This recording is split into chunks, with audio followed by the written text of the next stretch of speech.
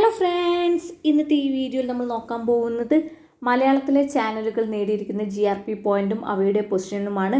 മൊത്തത്തിൽ ഈ 17ാം വീക്കിൽ ചാനലുകൾക്കെല്ലാം തന്നെ റേറ്റിംഗ് താഴ്ചയാണ് സംഭവിച്ചിരിക്കുന്നത്. എന്നിരുന്നാലും 1-2 ചാനലുകൾ നില മെച്ചപ്പെടുത്തിയിട്ടുണ്ട്. നമുക്ക് നോക്കാം അവയുടെ റേറ്റിംഗും അവ നേടിയിരിക്കുന്ന പൊസിഷനും. 10ാം സ്ഥാനത്തുള്ളത് അമൃത TV. കഴിഞ്ഞ ആഴ്ച നേടിയിരുന്ന GRP പോയിൻറ്റ് തന്നെ ഈ ആഴ്ചയും നിലനിർത്തി, അതായത് 48 പോയിൻറ്റ്. 9ാം സ്ഥാനത്തുള്ളത് സൂര്യ movies, 81 GRP point.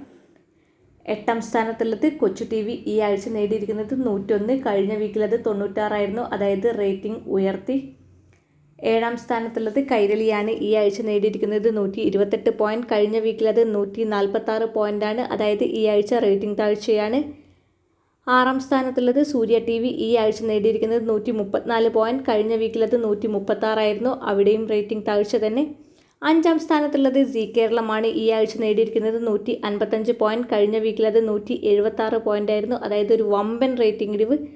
4ാം സ്ഥാനത്തുള്ളത് Asianet movies. ഈ ആഴ്ച നേടിയിരിക്കുന്നത് 166 പോയിൻ്റാണ്. കഴിഞ്ഞ വീക്കിൽ അത് 204 പോയിൻ്റ് ആയിരുന്നു, അതായത് ഈ ആഴ്ച ഒരു വമ്പൻ റേറ്റിംഗ് ഇടിവാണ് ഏഷ്യാനെറ്റ് മൂവീസിന്. കഴിഞ്ഞ വീക്കിൽ 2ാം സ്ഥാനത്തുള്ള ചാനലാണ് ഈ ആഴ്ച 4ാം സ്ഥാനത്തേക്ക് പിന്തള്ളപ്പെട്ടു പോയത്.